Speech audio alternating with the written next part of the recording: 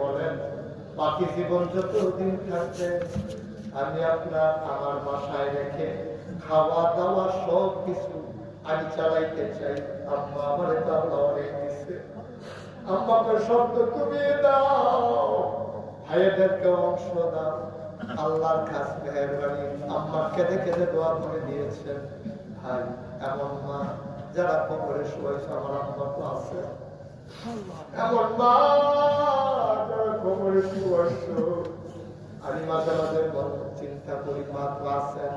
আচ্ছা আমার আম্মা তো একদিন মরে যাবেন, এতেকাল হবেন, সেই দিন আমার কেমন লাগবে এই চিন্তাটা আমি বেশি দূর আগাই দিতে পারি না। মাঝে মাঝে চিন্তা করি কেমন যেদিন মারা যাবে এটা তো কোনো সন্দেহ না। আচ্ছা যেই দিন প্রথম শুনবো আম্মা মারা গেছে তখন আমার কেমন লাগবে আমি জবাব দিতে পারি না।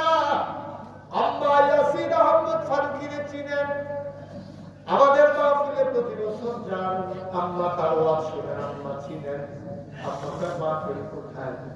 আমি বললাম ইয়াসিন আহমদ ফারুকীর বাড়ির পাশে, ওই যে আমাদের মাহফিল শুনি নাকি? আমি বললাম হ্যাঁ, ওনার বাড়ির পাশেই মাহফিল।